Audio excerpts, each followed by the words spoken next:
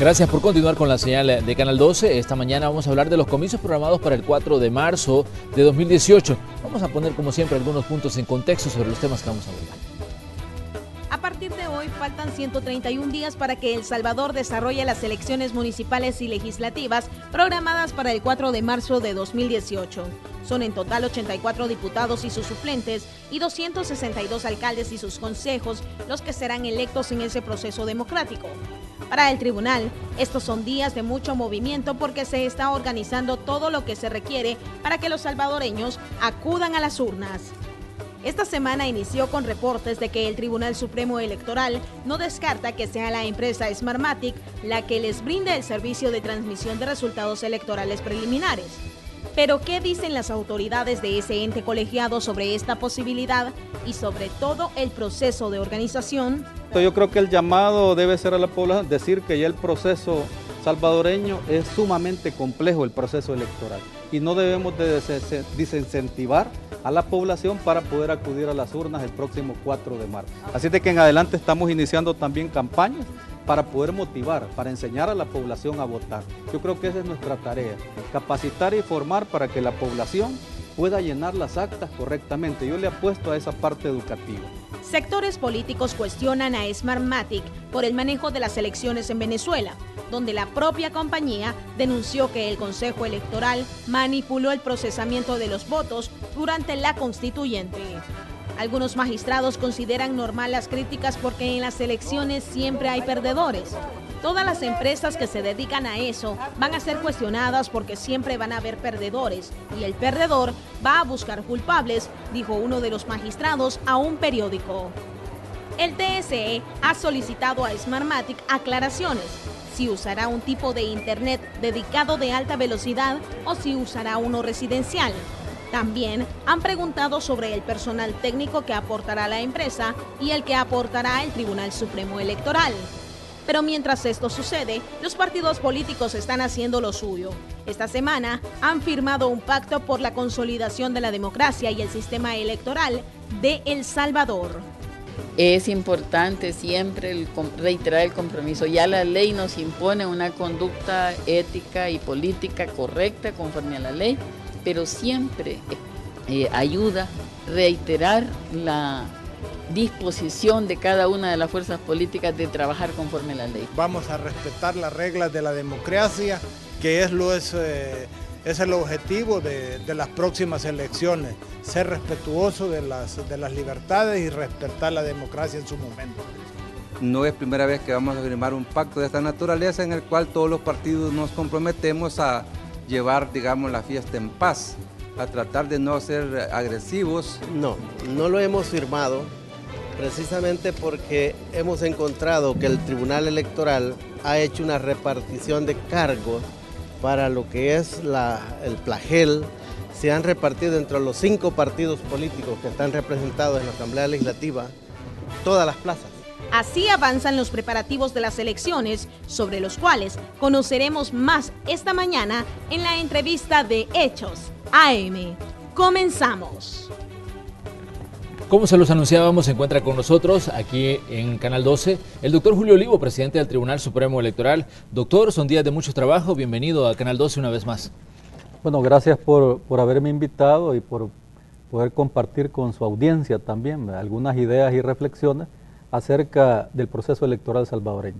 Hablemos del momento que se vivió el día de ayer, donde los partidos fueron citados para firmar este documento, este pacto donde no agresión, este pacto de mantener el nivel durante las actividades que vienen propias del proceso electoral. La Fraternidad Patriótica Salvadoreña dice, yo no voy a firmar ese pacto. Ahí escuchábamos las declaraciones que daba un miembro de este partido, Fraternidad Patriótica Salvadoreña, FPS, pero ¿cómo ve usted esta decisión tomada por ese instituto político, considerando que este es un momento importante, digamos, en el proceso previo a las elecciones programadas para el 4 de marzo?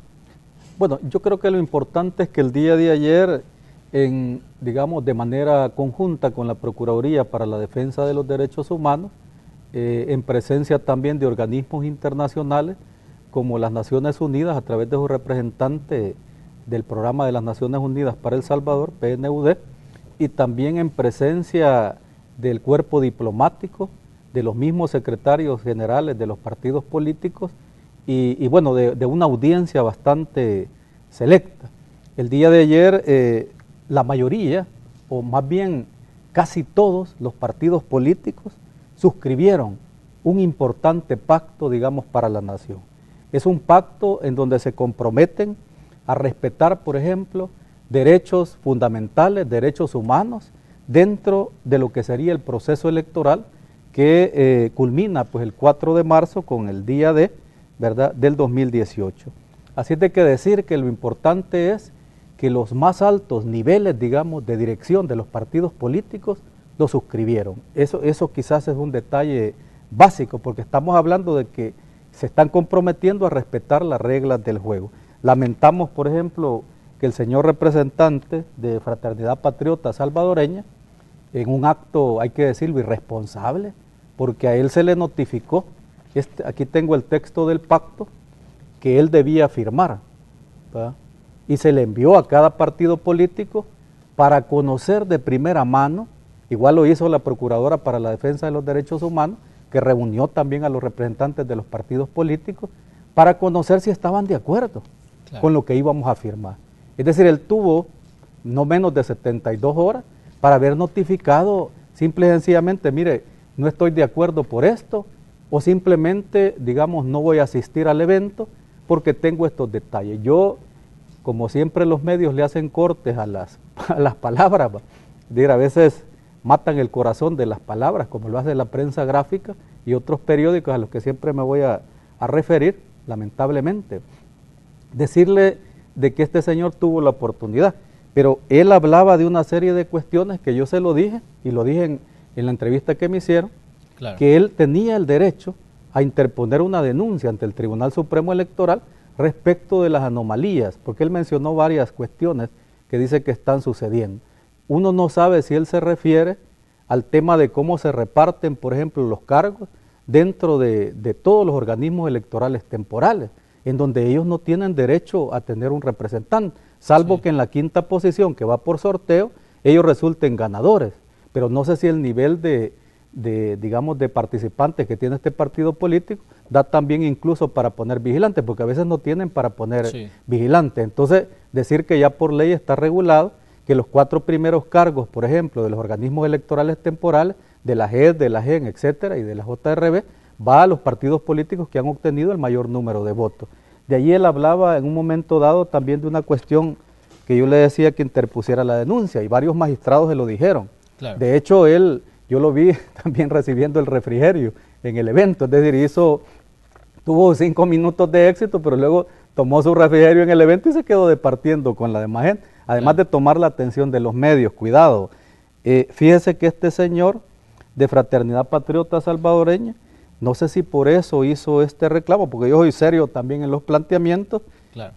Conocimos en el Tribunal Supremo Electoral una denuncia de fraude electoral en contra precisamente de Fraternidad Patriota Salvadoreña, siendo su secretario nacional general el señor José Óscar Morales Lemus, que era el que salía ahí, conocido como Óscar Lemus. Es decir, se está diligenciando una denuncia en contra de él en el tribunal por fraude electoral. Yo no sé si a ese fraude se refería este señor, y esa quizás era su molestia por no haber querido firmar. En todo caso, los medios ya le dieron su atención. No sé si eso le dé réditos también electorales, pero fue una conducta bastante, digamos, cuestionable, en el sentido que el pacto que usted está firmando es un pacto que tiene cosas buenas. Es decir, lo que está diciendo es que no va a haber violencia, que se van a respetar las ideas de los demás, que va a haber convivencia pacífica, armónica, que la campaña electoral va a ser una fiesta. Y si él dice yo no lo voy a firmar, ¿en qué quedamos? O sea que él va a poder agredir, él va a poder, digamos, hacer actos que vayan incluso en contra de este pacto. Entonces, eso es la denuncia de la que estamos hablando, sí, contra esta persona de la Fraternidad Patriota Salvadoreña, va a ser estudiada por el tribunal en algún momento. Así es, se está ventilando. Entonces, a lo mejor esa sea la molestia de parte de él, y coincidió con la firma también del pacto. Entonces, esto sí es un tema delicado que nosotros lo vamos a diligenciar, y de hecho habría que ver si eso va a tener un orden, no sé si el ciudadano que lo está denunciando, que no puedo revelar, digamos, más datos, simplemente que hay una denuncia de fraude electoral en contra de él, al interior del partido que él dirige. Así es de que yo creo que ese es un tema lamentable, pero que sí, digamos, este pacto va más allá, incluso de la misma, es un techo arriba del cumplimiento de la ley, son una especie de responsabilidades metajurídicas, es decir, son pactos también de caballeros, son pactos para la buena convivencia, que hoy en el mundo moderno, pues está el pacto global, por ejemplo, de las Naciones Unidas, que lo suscriben empresas, lo suscriben estados, lo suscriben asociaciones, sindicatos, etcétera, etcétera, que son pactos que se suscriben voluntariamente. Así de que como voluntariamente se suscribe, él decidió salirse. Esperamos de que no esté rehuyendo pues, a las reglas del juego electoral, que el Tribunal Supremo y la misma Procuraduría para la Defensa de los Derechos Humanos van a estar vigilando. Porque entonces yo podría decir, este señor se separa de esto y eso sí sería bastante cuestionable. Porque ¿qué conducta podríamos esperar de esta persona? Y el Tribunal Supremo Electoral es la máxima autoridad. Y si él se niega a firmar un pacto que promueve el Tribunal Supremo Electoral, quiere decir de que como que no está de acuerdo con todo el sistema, digamos. Muy bien, doctor, hay otros elementos que me interesa que analicemos sobre el proceso electoral 2018, la transmisión de datos, todo el proceso de organización. ¿En qué fase se encuentra esto, doctor, considerando que ya tenemos a 131 días el proceso electoral del 4 de marzo? Sí, estamos todavía como a 5 meses, digamos, del proceso electoral. Si comparamos con el anterior proceso electoral, en donde casi llegamos, por ejemplo, el mes de enero, se recuerda, sin empresa contratada, yo creo que todavía estamos a un buen tiempo y sobre todo que el Tribunal Supremo Electoral hoy ha tomado varias consideraciones. Primero, recurrir a la cooperación internacional. Si usted se ha fijado, la gente como los aliados y toda esta gente de Decide aparecen bastante tarde, por ejemplo, casi 2 años después o 1 año y medio después de que hemos estado gestionando cooperación internacional con la venia de los magistrados del tribunal. Nos dispusimos, el presidente, pues dentro de la Asociación Mundial de Organismos Electorales, que alguna gente no sabe qué es y se pone a cuestionarlo, es la asociación que agrupa a alrededor de 106 organismos en el mundo, algo así como las Naciones Unidas del mundo electoral. Así es de que se pidió ese proyecto de cooperación en el año 2014, ¿verdad? La web tuvo a bien, junto con la Comisión Nacional Electoral de Corea, que es el ente también, el par del Tribunal Supremo Electoral en Corea, sí, junto con esta Comisión Nacional Electoral, a quien agradecemos, junto con la web, presentan el proyecto a lo que sería el gobierno de Corea, ¿verdad? A través de los proyectos de cooperación que ya tenemos de Corea del Sur, por ejemplo COICA, ¿verdad? Que da mucho apoyo, digamos, en infraestructura y otros proyectos a El Salvador. Se decide en el año ya 2016, 17, o inicios del 17 y 2016, el año pasado, se decide aprobar esos apoyos. Por ahí por el mes de noviembre, diciembre, la Asamblea Legislativa del Gobierno de Corea, ¿verdad? Que tiene cantidad de proyectos también que le presenta, sí, decide aprobar ese apoyo a El Salvador. ¿Por qué deciden apoyar a El Salvador? ¿Verdad? Y ocupamos primeros lugares en ese apoyo.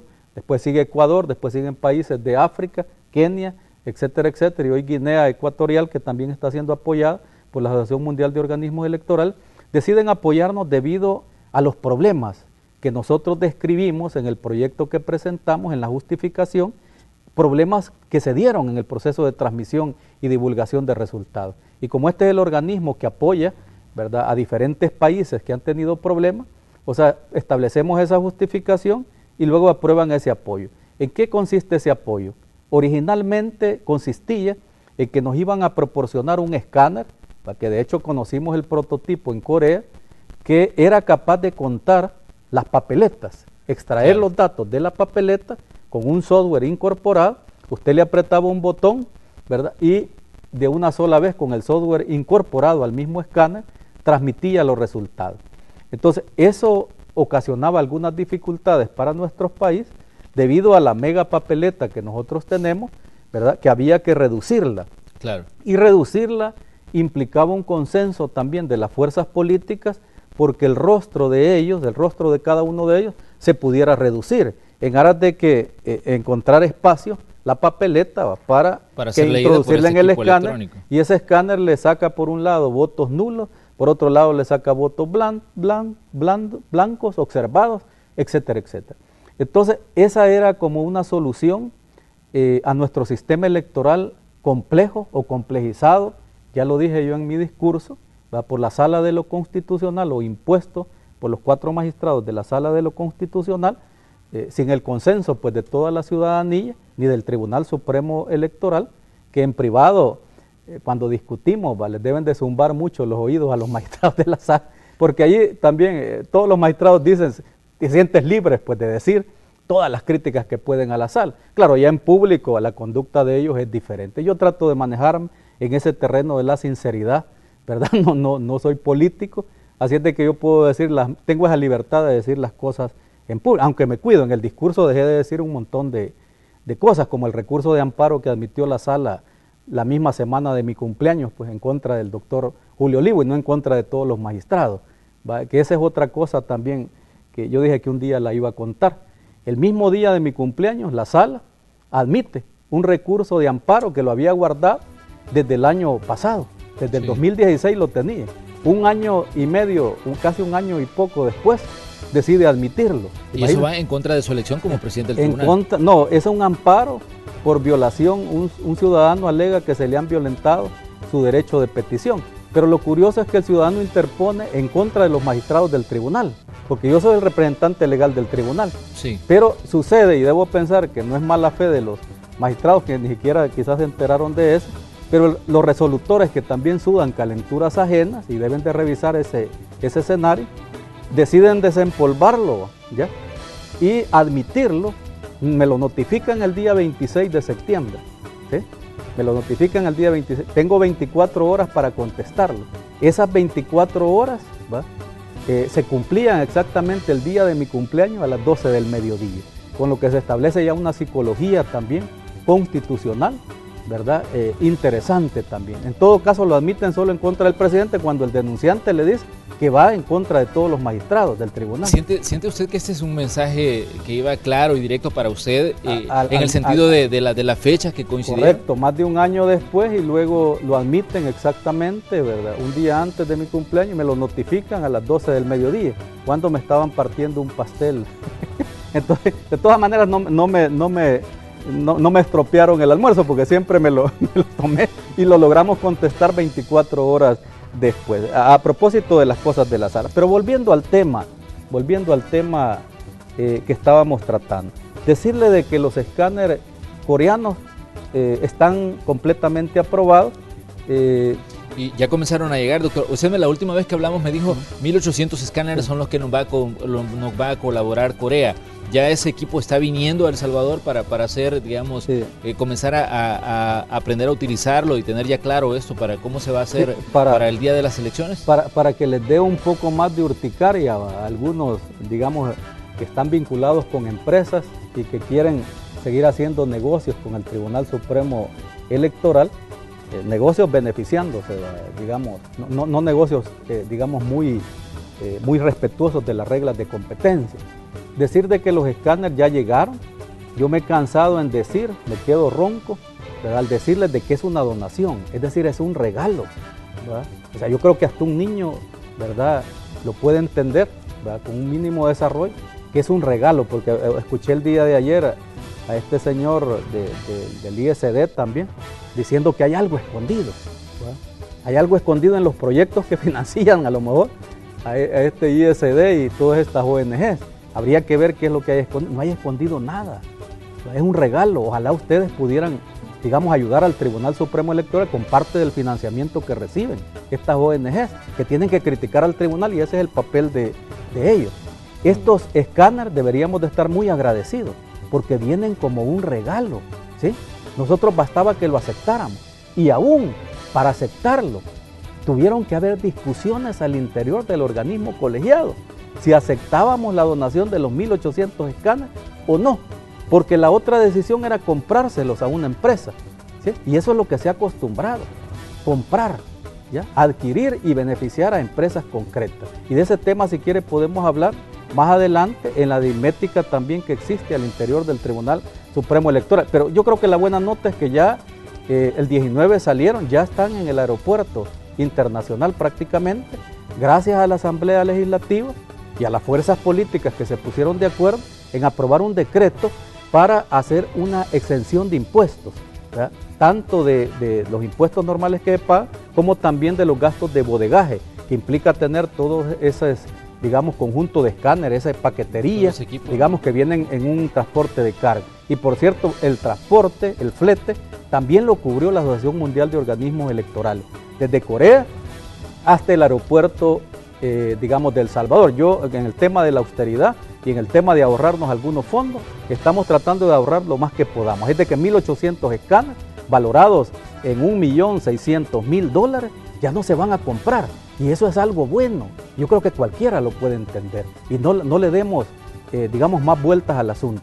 El otro aspecto será el software de la totalización y la divulgación de resultados, ¿verdad? Que ha ido también a licitación en una especie de plan A y plan B, que también lo podríamos explicar, si usted me lo Doctor, permite. lo vamos a analizar definitivamente porque son aspectos importantes del proceso de organización de las elecciones, como les decíamos, programadas para el 4 de marzo de 2018. Tenemos que hacer una pequeña pausa y regresamos con esta conversación que sostenemos hoy con el presidente del Tribunal Supremo Electoral, el doctor Julio Olivo. Volvemos.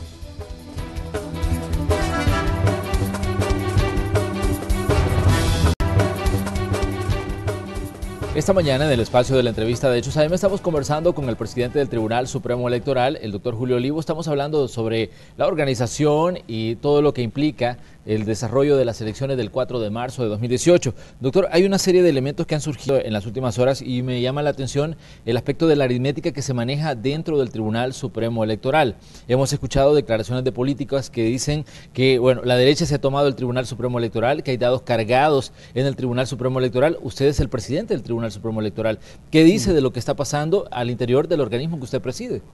Bueno, mire, hemos tratado, digamos, yo el día de ayer daba declaraciones, ¿verdad? Y bueno, al presidente le toca tratar de mantener la gobernabilidad democrática.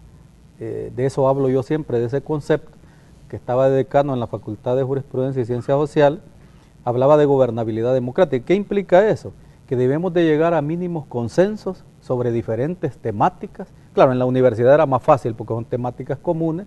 Aquí son temáticas que tienen que ver con todas las relaciones de poder, es decir, en el Tribunal Supremo Electoral prácticamente se cocina, se articulan un montón de decisiones que tienen impacto nacional.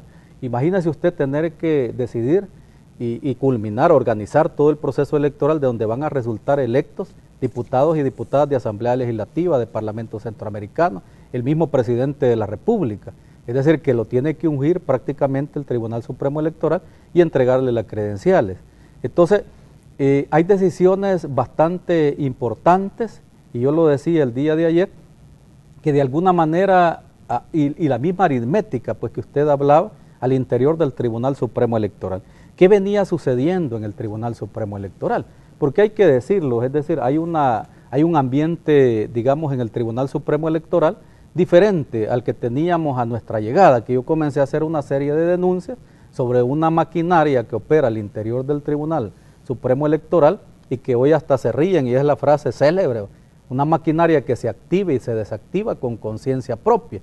¿Ya? De repente usted está en su oficina y se da cuenta que allá han contratado a tal y tal persona y usted no lo ha acordado, ¿verdad? O digamos en el Tribunal Supremo Electoral. O se da cuenta de repente que allá en la bodega falta no sé qué, etcétera, etcétera. Entonces hay una serie de decisiones de esa maquinaria que se sigue activa, o en el registro electoral, que de repente la funcionaria, pues la jefe, tiene más facultades que las que tiene el presidente del Tribunal Supremo Electoral, y eso se lo concedieron los políticos por ley. Esas, digamos, son las aritméticas y las cosas que de repente pasan. ¿Qué es lo que sucedía? Generalmente los magistrados propuestos por la Corte Suprema de Justicia, yo creo que así ha venido siendo en el devenir histórico, desde la firma de los acuerdos de paz, los magistrados de la Corte Suprema de Justicia generalmente acompañaban al presidente en las decisiones que tomaba, ¿verdad? Sí. En las decisiones jurisdiccionales y en las decisiones administrativas, ¿verdad? El magistrado, digamos, Ulises Rivas, precisamente era uno de ellos, que acompañaba la mayoría, digamos, de decisiones, porque habían algunas en donde no nos poníamos también de acuerdo, incluso con él mismo, y eso es normal al interior de un organismo colegiado. Pero en todo caso teníamos decisiones, es decir, había mayoría, para detener algún tipo de decisiones de las que estaban tomando. El FMLN, de hecho, daba declaraciones en las últimas horas y decía que ellos se sentían representados por Ulises Rivas y que a partir de eso hay un cambio, hay un giro que al parecer a este partido político no le gusta la forma en que se manejan las cosas ahora en el tribunal. Yo decía el día de ayer que el FMLN lo ha de plantear en el sentido de que al haber separado al magistrado Ulises Rivas, yo no sé si con un cálculo psicológico, así como el que le acabo de hablar, de notificarme una sentencia de mal gusto, pues el día de mi cumpleaños, o que lo tenga que contestar, un amparo, pues es algo delicado. Sin embargo, ya lo contestamos y espero que salgamos bien librados. Con ese tipo de sentencias, las que yo siempre voy a criticar, porque en el caso de esa sentencia del magistrado Ulises Rivas, es violatoria de derechos humanos. Ya la procuradora se tendría que haber pronunciado sobre eso. Imagina una sentencia en donde el magistrado Ulises Rivas está separado del cargo, no puede ejercer ninguna de sus funciones, ¿sí? Pero sigue siendo magistrado, hasta que ellos no dicten una sentencia definitiva. ¿Cuándo la van a dictar? Allí hay un amor judicial, digamos así. ¿Cuándo la van a dictar? Mientras tanto, el magistrado Ulises Rivas tampoco percibe salario. Dejó todos los bienes que tenía, que son del Estado, pues, sus vehículos y todo, y él tampoco puede regresar a trabajar. Por cierto, trabajaba en la Procuraduría para la defensa de los derechos humanos. ¿Por qué no puede regresar a trabajar a la Procuraduría? Imagínense qué tipo de sentencias más humanas, ¿ya? O inhumanas, ¿ya? ¿Por qué no puede regresar a trabajar? Porque él sigue siendo magistrado. Puede ejercer también la litis, el libre ejercicio de la abogacía y el notariado, no porque sigue siendo magistrado, y estamos inhibidos de ejercer digamos, porque podemos tener un conflicto de intereses y en este caso hay una prohibición legal para los magistrados. ¿Y de dónde se va a alimentar el magistrado Jesús Ulises Rivas? Y los compromisos de alimentos que tiene él, y los compromisos patrimoniales que tiene él.